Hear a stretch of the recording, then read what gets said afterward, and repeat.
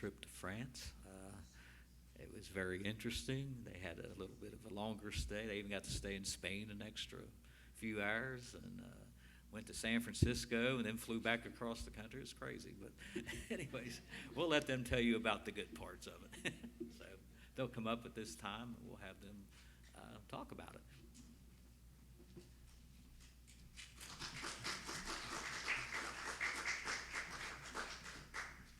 All right, thanks, guys. I just want to thank you for helping us get there.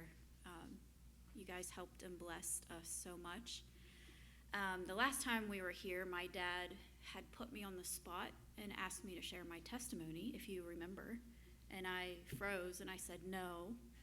However, 1 Peter 3:15 and 16 says, always be prepared to give an answer to everyone who asks you to give the reason for your hope that you have, right?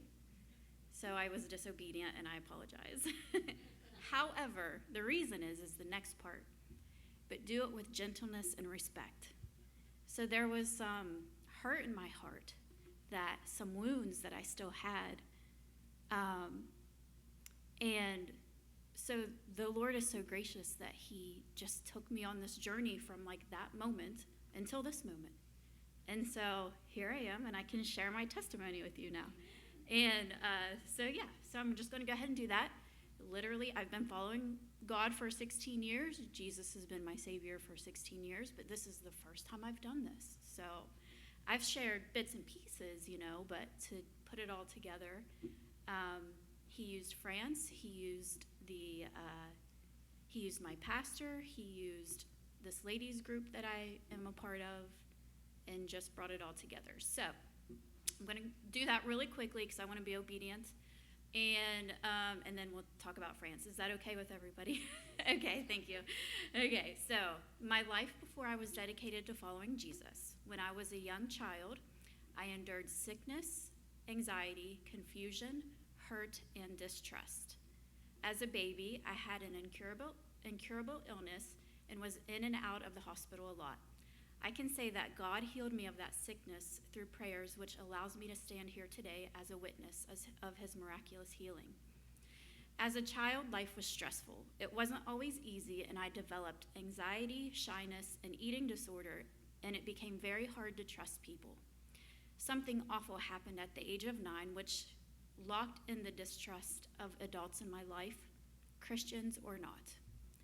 As I moved into middle school, things got a lot better. When I went to a new school, made new friends, and became popular. I loved sports and school. The only regret I have at that age is not accepting my dad's invitation to come here to CMC. He asked me many times, but I barely, if ever, came to church at that time in my life. In high school and college, I found myself in the party scene. I was looking for love in all the wrong places, and I ended up in a few toxic relationships. Yes. That is a song, isn't it? Yes. I thought so. When I wrote that, I'm like, I think there's a song. I had been living selfishly for so long that I found myself in a big mess. One day at my lowest, I cried out and said, God, if you are real, please send me a good man to be my rock. I even asked for specifics, such as someone who didn't do drugs or cheat on me or did really, other things I won't say. But I asked for specifics. And I don't think he's a genie in a bottle, but he did answer my prayers. Oh, and I asked for a soldier too. And I have. So anyway, so he sent me that man, right? He sent me that man, and that grew my faith. And that is when I decided to start going to church, and I got saved, and I got baptized, and I was 25 years old when that happened. So my life with Jesus over the last 16 years has been amazing. I have learned of the gifts that I have in him, the gifts of knowledge and discernment, and I have learned to trust the Lord, because as I was going through this, I realized distrust and not trusting was kind of that thing that kept the wounds, was just not trusting. And so he has helped me to learn to walk with him and to trust him. like I said, that was something I struggled with my whole life before accepting him as my Savior. I've watched him heal wounds and witnessed his grace and mercy so many times. I believe the Lord has a plan for me in my mid-40s, which is fast approaching. I have been called to be a speaker for Christ, and I was told that about 8 or 9 years ago. He is gently and graciously preparing me for that. I will go forward in and with him in his plan for my life. I am so thankful for Jesus, the cross, and the resurrection, and my salvation. So I wanted to share that. Thank you. All right. You ready, Lynn? All right. So we have pictures. I have lots of pictures, but I only gave, I think, 50 or 55 or something like that. We would be here forever if not. So Lydia's going to talk about most of the pictures, and actually she has a journal that she has a lot of stuff written in. So she's going to talk about that, but really quickly, so the Wins, W-I-N-N, Aaron, Kelly, and their daughter Charlie, she is 11 years old, are who Alliance has sent to France as the missionaries there, okay? So that's who we went to help. You'll see several pictures of Aaron, but I just called him our disciple tour guide because he was so informative. Everywhere we went, he just knew so much information and history, and so that was really neat. But everywhere we went, he also discipled us, and it was the neatest thing. And so we also had 4 interns, where those are young adults, 18. I think the oldest one was 28, and they would help us, come in the morning to our hotel, get us ready, like help us to get to where we needed to be. Transportation there is wild. It's so different than it is here.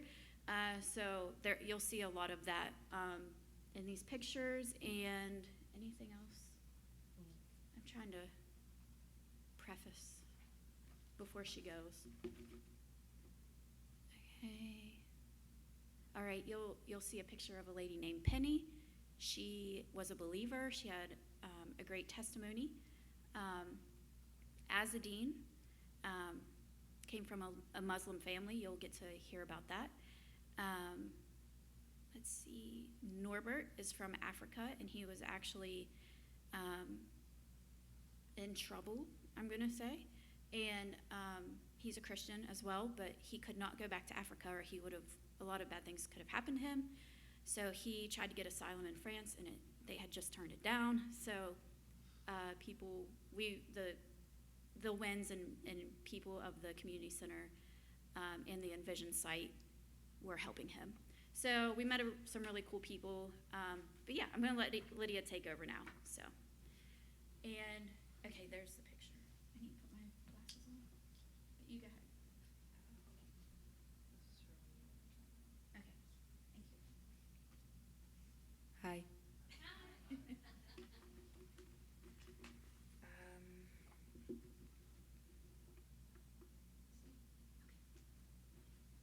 So we went to France, pretty neat, and we learned a lot while we were there.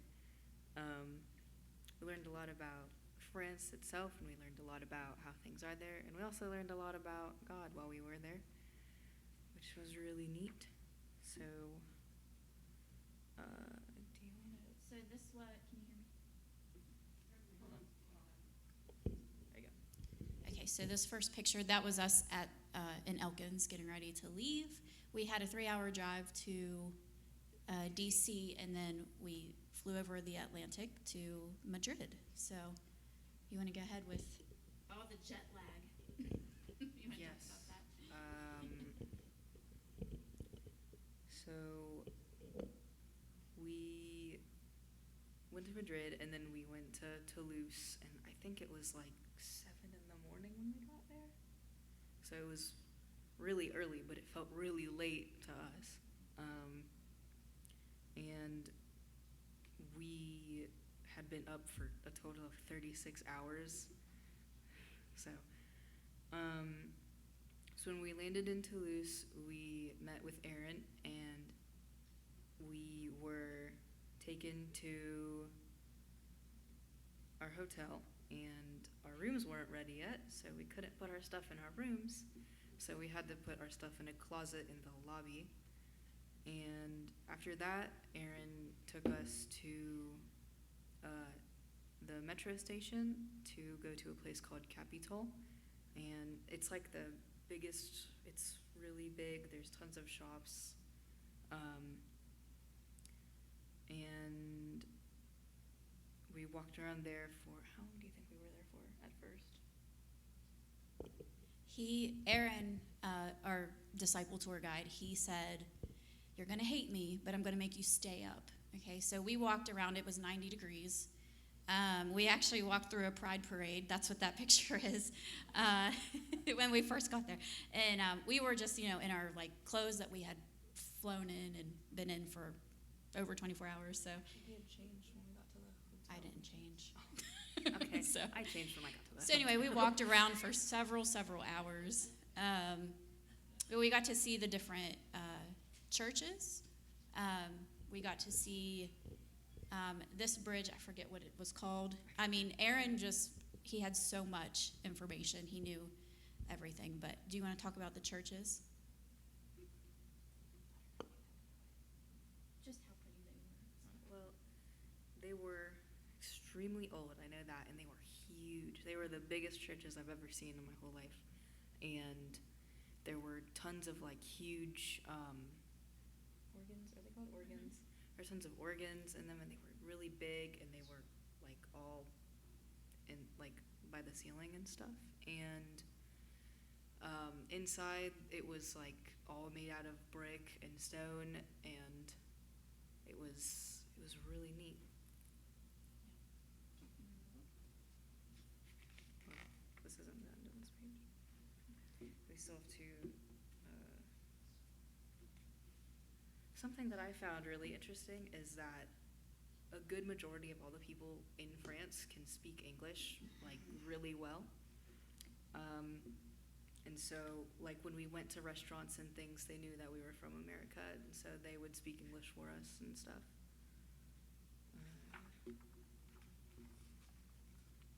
Okay, this picture right here is the first restaurant we went to, and Lydia ate duck there. I don't know if anyone's eaten duck. Maybe you have, but that was the first place we got to try it, was in France. So It was really good. It reminded me a lot of chicken, but just firmer. Finally, we got back to our hotel when it was ready, and our rooms they had two cubbies in the wall with beds in them, so it was like a bunk bed type of thing, but they were their own little rooms, and there was a queen size bed, and we shared a room with a lady and her daughter, and me and my mom slept in the cubbies, and it was really cool. I loved them. They had a shelf in them and everything. So in France, they don't have air conditioning. They do, but maybe it's just a very small air conditioner. But for rooms and for most houses, they don't have air conditioners. And it was 90 degrees, and so it was very hot for us Americans, So, however, we know that we were very blessed. I mean, to go to France on a missions trip, it wasn't like going somewhere else where we were scared to drink the water. The water was safe to drink there, so stuff like that. We know we were completely blessed to take this trip, so. The next day was a Sunday, so we went to a church, and it was an all French-speaking church. And after the service was over, they had buffet. They had a meal there, and like I said earlier, most people in France can speak English, and so I want to say everyone there could speak at least some English. and we had conversations with them, and it was really cool. And then we went back to the hotel, and we met the interns, and then we went to Aaron's house, and we what did we do the first time we were there? So at the Wynn's house, we did worship and a devotional, and they let us know that where they live was in a Muslim neighborhood, and there was a lady who, I cannot remember her name, and I've been trying to ask, but she actually has just made, Kelly Wynn has made progress with this lady, and this lady asked her if she could do a Christian devotional with her. So please be praying for that situation. So that was really, really neat. Keep going. Oh, castle. The next day, we went to a castle called Carcassonne. Yes, it is. Yeah. Oh yeah, they had curtains too. I forgot about that. A little bit of privacy. Yeah. Okay, so that's the Wynn's house. Yeah. All of the desserts and coffee that you hear about, they live up to it. Yes. Yeah, they live up to Yes, it. they do. They sure do. So, and you don't ever see anyone walking around with a water bottle or a cup of coffee. You sit down, and you quietly. That's why they knew we were Americans, because we were not quiet ever. But you just quietly sit down, and you have your coffee, and you have your croissant, and they were amazing, absolutely amazing. So, Yeah. all right. So yeah, now the castle. That, yes. We toured around the outside of the castle at first, and then when we went inside, it was like, Aaron had told us that people actually still lived there. Like, it was like a whole community inside of the castle, and it was really neat. And I got to try, we found a restaurant, and I got to try snail. Yes. And it was good, and it was very, it tasted about how you think a snail would taste, honestly. Yeah. So this is actually, Aaron had taken a group inside of the actual like main parts of the castle, and then a couple interns, me and a lady from our group, we toured around like where the gift shops and stuff were. Do you want to? So the castle was Carcassonne. It was about an hour away trip, so we took a train through France, from Toulouse to the place where the castle was. And so at that point in time, that's when we really got to sit down, and especially on the way back from the castle, Aaron gave us these papers, and he's like, okay, we're going to talk about what your story is. What's your testimony? And I'm like, oh, wow. Yeah, I need to work on this for sure. There's Lydia. That's a great picture. But yeah, so on the way back through, we worked on our testimonies. He discipled us more, and he just let us know that what we were doing, we didn't even mention the cafe. Like, we were there to go to cafes, to meet with people, to do English speaking lessons with them. And so we definitely did that. We actually did that on the first day, and a couple other times throughout the time we were there. But and how it takes 7 to 8 years for someone to convert to Christianity in Toulouse. Yes, because it's a postmodern, or a what was it called? Christian. Yes, but also because it's highly Muslim. So yeah, there's another picture of one of the churches we went through. They were having mass. So, one of the saints that we learned about was Saarinen. Has anyone heard of Saint Saarinen? Have you? So he was coming through Toulouse, preaching the gospel, and they tied him to a bull, and he got killed, basically. The bull ran through Toulouse, and we actually walked down that street, and but he got martyred. So, but anyway, we went to his big church, and of the three, were there three big churches that we went to kind of see as tourists. I think two of them were having mass, but his, for whatever reason, you could just feel the Holy Spirit so strong in his. It was just amazing. So, oh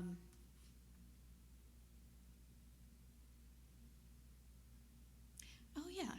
So you guys probably know I danced when I was a kid, but Kelly, she teaches tap dance at the community center. So after going to the castle all day and getting 25,000 steps in, I decided to go to my first tap dance class in Toulouse, which was really neat. So the Winds have a community center called the Oasis Community Center, and that's where it's in a Muslim neighborhood. There's a lot of refugees and just people that they serve. And they had kids day. The kids had come over, and so our youth, the people we were with, they got to play soccer with them and just spend some time and love on them.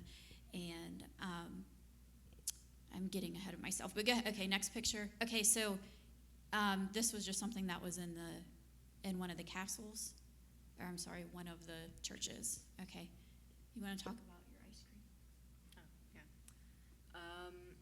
So there was this, in Capitol, there was this really great place, and it had gelato as well as ice cream. It had gelato and it had ice cream, and the ice cream was so great. And they decorated their cones to look like flowers almost, and so it everyone's like, since everyone got a different flavor, they all looked different, but they were so beautiful and they tasted amazing. So the next day we went back to Capitol and we had breakfast at a tiny cafe called, I'm gonna butcher the name of this, but I'm gonna call it Guillou. And we walked around different shops, and we stopped at a place that sold duck burgers, which was yes, they do.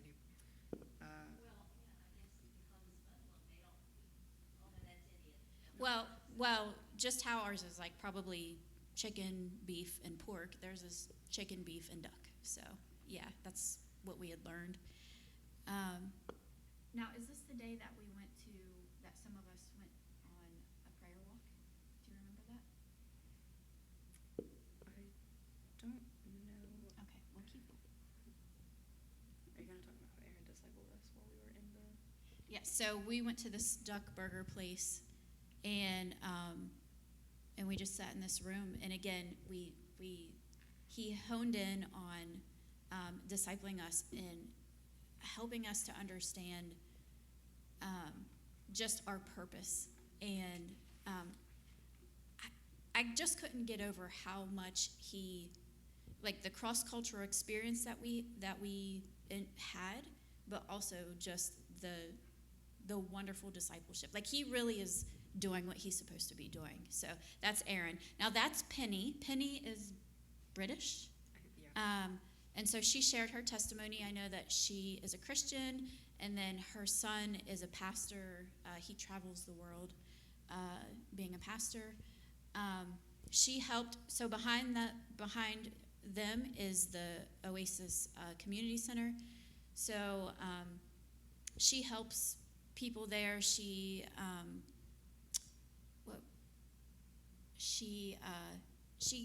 has social workers come in to help, like, refugees, and she has, just stuff like that. So she kind of runs the place along with the Winds.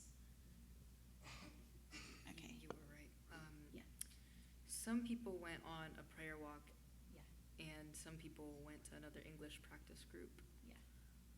that day. All right. The next day, oh, do you want to explain him? Okay, so this is Norbert. He is from Africa.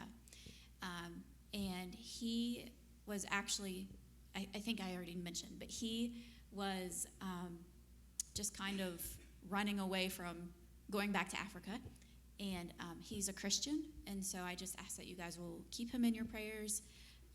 He would get in a lot of trouble if he got sent back to Africa, and France denied his asylum. I think that's what it is, and so he was wonderful. He had joy in his heart, even though this was his situation. And so I just ask that his name's Norbert, and I ask that you would keep him in your prayers, that he is safe and can actually stay in France.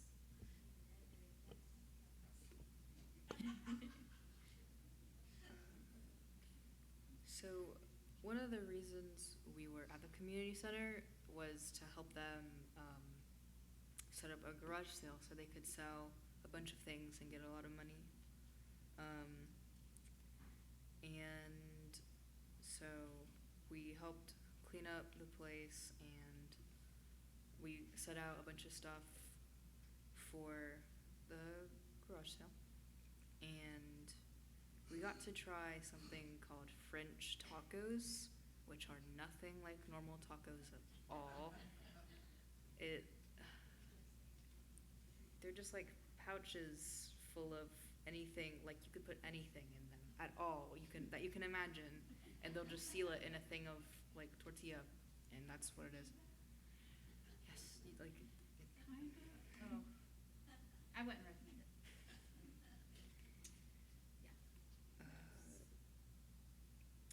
Oh, okay. So here we go. Is there a picture before this? Okay. No. Okay. I don't know if it's on here.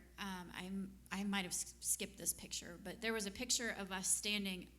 There was a sign, and then there was, Aaron, and we had went to a Muslim neighborhood, and we were going to do a prayer walk. Okay. So we went into 3 separate groups to do this prayer walk. It was a pretty big neighborhood. They had a mosque. I mean, it was definitely, as Aaron started praying and asking Jesus to come on this walk with us, I felt the heaviness of it all, and I was not the only one. I mean, you could feel a physical heaviness. However, the Holy Spirit was saying, I am here. I am here. And I'm like, okay, I'm good. Like, we are good to go. Like, so we went on the prayer walk.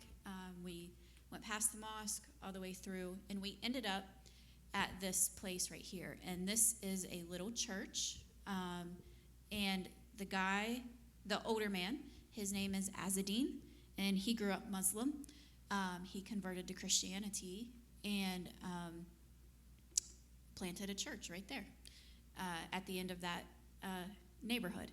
And of course, people are civil with him, but they want him to leave. They don't want him to be there. So he shared his testimony with us, and he actually grew up Muslim, but then he got addicted to drugs, and so he did drugs for a while, and then God miraculously healed him of that, the God that we serve, and so he decided to follow Jesus, and so the guy beside him was from, I think he's from Britain. From Britain, okay, and he was his interpreter, so he interpreted for Azzedine. So Azzedine's mother and father were also Muslim. His dad died a Muslim, but his mom became a Christian. So it was an awesome, awesome story, and we know that God has him there as well. And just keep praying for him. Pray that the place he's renting doesn't get bought out. There are several people trying to buy that place because they just kind of want to kick him out. But just pray that that church stays planted there. So, okay. the next day, we took what did you call it? Cable, what is that called? I just call it a lift. A lift, yeah. To the top of a mountain, which majority of our group hiked. I didn't, and a lady from our group and an intern also stayed back. And I think a picture of me actually talking to Nicholas is on Okay, next picture. Yeah. And then after they got done hiking, we went back to the community center and helped prepare for the garage sale, which was the next day, even more. And as Aaron drove us home that night or back to the hotel, and there was a really cool guy on a unicycle in the middle of the road juggling, and it was the coolest thing I've ever seen.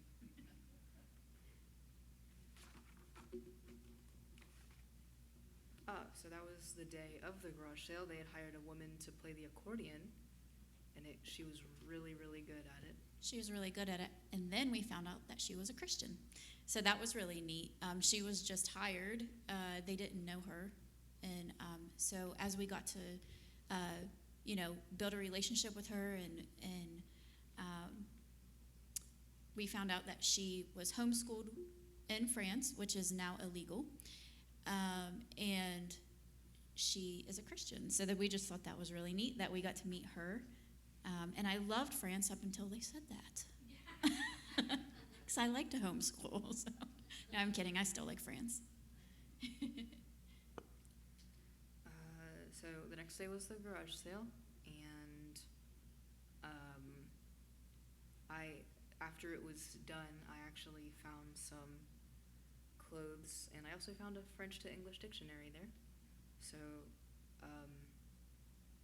that was really helpful. And I think we raised over 3,000 euros there, which is insane. And so on that day, some people, they were given a choice before we had went to France even. Some people were given the option to help out with the garage sale, or if they wanted to, they could go kayaking. So, did you stay with me? Okay. So me and my mom stayed, and a few others stayed, but some people went kayaking, which is really neat. I think I just skipped day 9. Is it?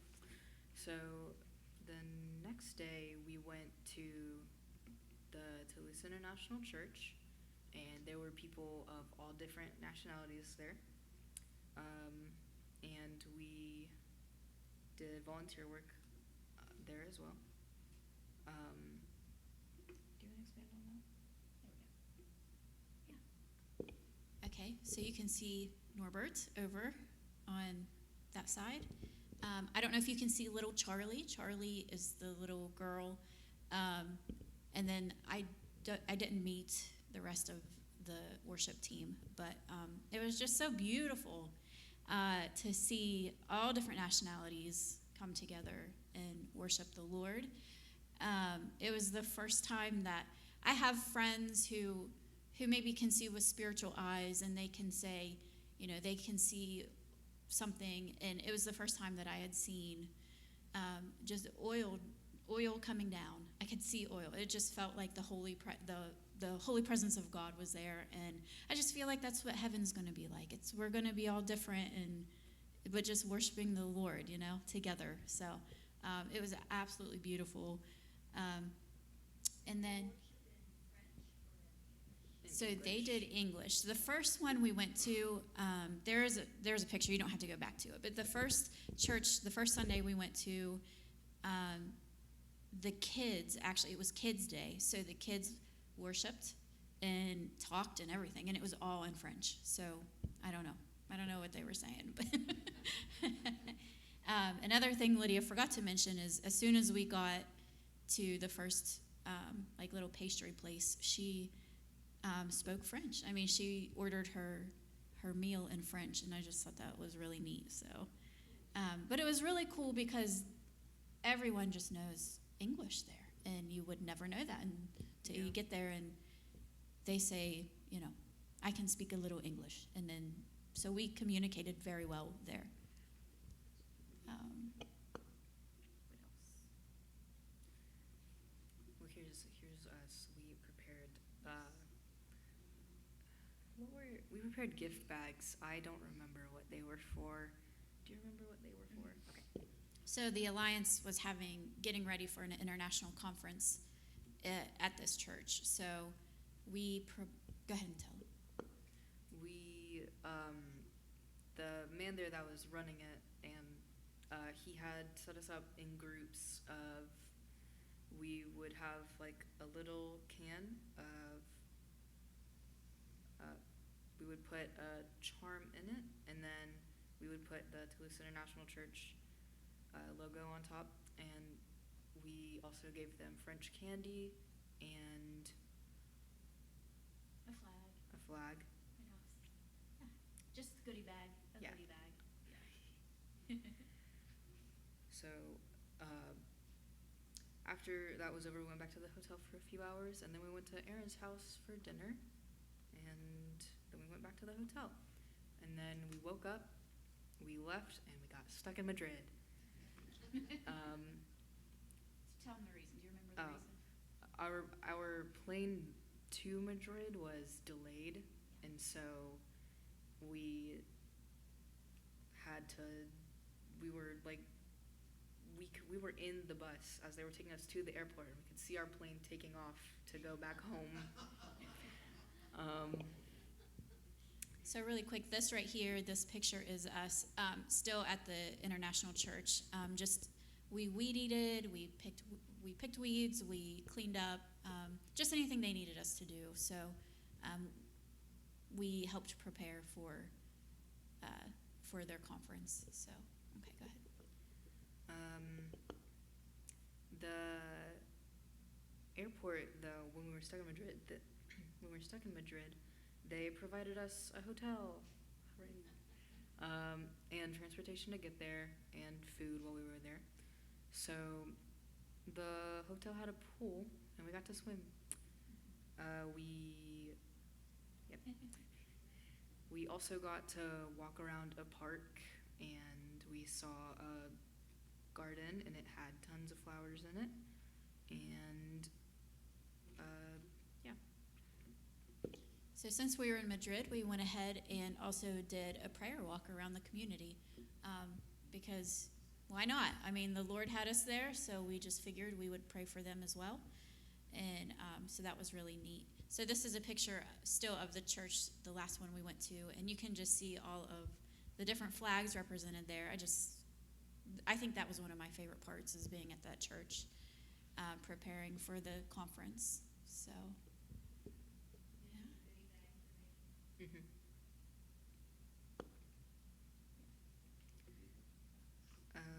And then the next day, we were supposed to be shuttled to the airport, but we missed that shuttle. So, seems to be a trend going on. But we caught another one, and we got to the airport, and then we flew all the way to San Francisco. We were exhausted, and then we flew all the way to DC, and we got home perfectly fine. So go ahead. Do you guys have any main questions that you wanted to ask us? Now, the churches over there, are they Christian churches? How many people go to them? Are they small or? I would say that they were basically the size of this. Yeah. So, and it was neat. This is my pastor's wife, Kim. She is lovely. She is a wonderful human, and she just kept recognizing Christians while we were there, because we went over thinking, oh, nobody's a Christian, right? Nobody at all. And while that was true, that there wasn't a lot of Christians, we just kept meeting them. We randomly kept meeting them. And so that was very encouraging to know that. But yeah. What do you want to talk about first? Do you need to end it, or do you want to talk about this? Oh, yeah. something funny that really happened when we were in our room. The in France, the shower, there's no like actual shower that you step into with a curtain and everything. So anyway, after all four of us ladies had, washed our hair and clogged the drain, our whole room flooded. So that was very interesting and wild. So it's midnight and you can see this was the reality that we had missed our plane right here. That was a great picture of Shirley. Now, Shirley is the youth director. She's the one that got all this put together. And so, like I said, there were 10 of us that went, and I'm sorry, there were supposed to be 10 of us that went. There were 9 of us that went, and Shirley, Kim, Catherine, and I were the adults, and everyone else, they were the youth. So, yeah, that's us in San Francisco. Yeah. So. I'm glad you said that Lydia used her French, because I asked her when you guys went if she was learning some. Yeah. And Yeah, it was neat. Hannah, the blonde hair girl, I don't know. She's in the white shirt right in the middle. She could speak French, and Lydia could speak French. And Just a little bit. but a little goes a long way. So, so that was really neat to watch them interact. Now, I do want to just mention Charlie, the one that's standing in the shorts with the black sweatshirt on. Charlie's twin sister, the 10th girl that was supposed to go with us, she couldn't go. She had to back out because she was having seizures, in the kind where they're pretty serious, that she can't travel anymore. She's only 18 years old. So she didn't get to go with us, and unfortunately she passed away this week. So that was a hit for, our church, just a tragic thing that happened, and that's, they actually are fostered. They're foster kids, and Charlie shared his testimony with me while we were in France, and now I just feel like he is my little child, and so my heart just absolutely broke that his twin sister passed away just weeks after we got back from France. So, I would keep him and keep our church in prayer for, the arrangements, because it wasn't, you guys would know, foster, adoption, all that kind of stuff. They had to kind of there were so many gray areas for this situation. So things are moving slower. They don't even know when they're going to have the funeral or anything yet. So trying to figure all that stuff out. But yeah, Lydia wants to just end with something she wrote, and I think it's pretty powerful, and then we'll be done. let her speak in your language. Okay.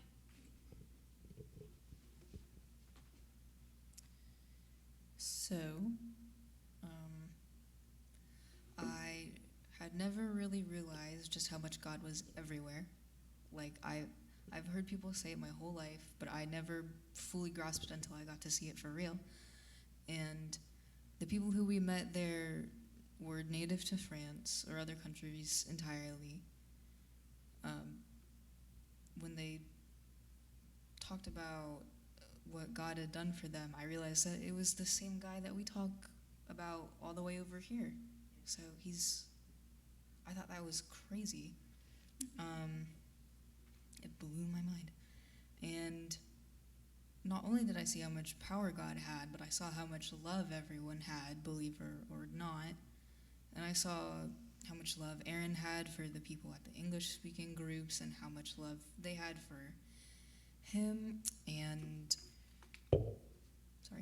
when we prayer walked around neighborhoods and cities, how we prayed for people we didn't even know. And I thought that was incredibly powerful. And so I just thought that if God can reach all the way out there, then he can really reach anywhere.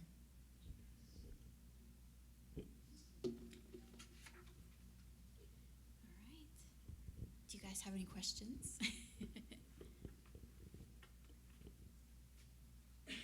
gonna write a book now, Lydia, since you started your notes? I probably should do that. I'd read it. Can you tell us what you ordered in French? So we can hear it in French? I recorded it, but I didn't share it because, I mean, I I also could. completely forget what I did get. It was chocolate. It was the most rich chocolate I've ever eaten in my whole life. Like, it was the first thing I ate while we were over there. So for when I hadn't eaten in hours, in like 2, it was like real foreign food that I've never had. So it was the most delicious. Can you remember what it was? It was. I do have it recorded, so I can share it on Facebook. I think it was a chocolate tartlet that I got. But to watch her interact with the chef and that's another thing. They have chefs everywhere. I mean, they take their food very seriously. So when we got to Madrid, they gave us a boxed lunch, and I don't know. My dad knows I do not like ketchup. Okay, so that's just something I talked about in France randomly to my friends, and so we get to Madrid and they give us a box of food, and I got a ham and cheese sandwich on very dry white American bread, and but my friends were concerned because they got ketchup and cheese sandwiches, and so one of my other friends got tuna fish and tomato paste sandwich. So we were in bougie Toulouse, France, eating croissants and coffee, and then went there, and we were very sad. However, everything else was fine. Like their actual buffet and everything at the hotel was delicious, but it was just funny because it was just this, reality that we weren't in France anymore. So. Everything in France is like freshly made. Like they don't use preservatives in their food, and so like they freshly make it every day. And then when we got to the hotel, I literally saw the same sandwich there in a sheets when we got back to America. So. But again, we know how blessed we were, and so I'm glad that was my first missions trip. Of course, I pray that Lydia continues it. I pray that Ava will do it. And maybe he'll take us somewhere completely different next time, where the water isn't safe or where there's nowhere to sleep or, whatever he wants to do. So.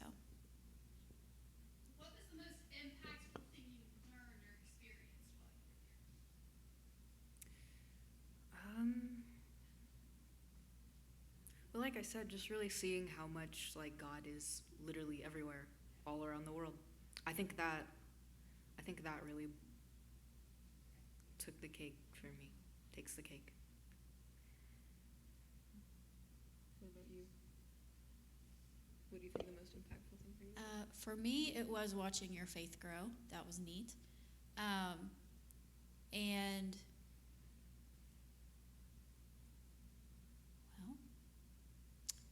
the churches. I mean, the big churches were beautiful and everything, but the churches that we went to, and we just communicated and interacted and worshiped the Lord together.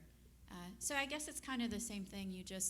When you experience and when you're there together worshiping with all different nations and all that, that's the coolest thing. It's just really it grows your faith.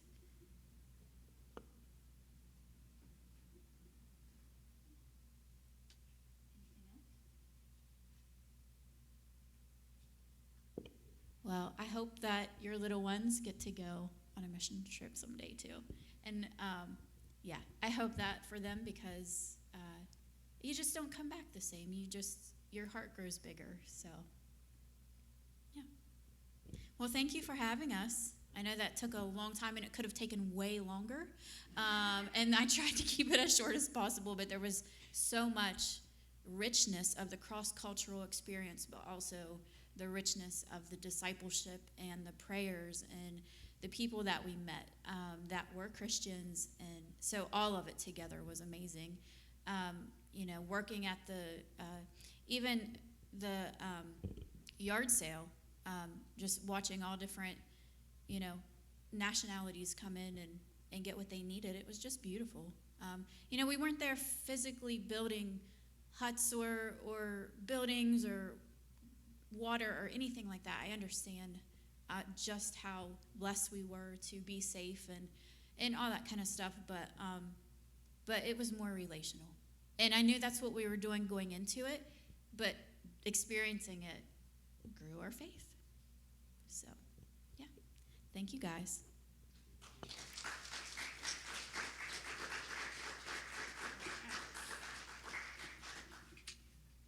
Also, really quick, the word for when you're referencing I in French is je, and then when you say I would like to have, it's voudrais. So I would have said je voudrais, and then whatever I got. I'm just gonna say une baguette because that's all I can remember right now. There, the students are gonna remember.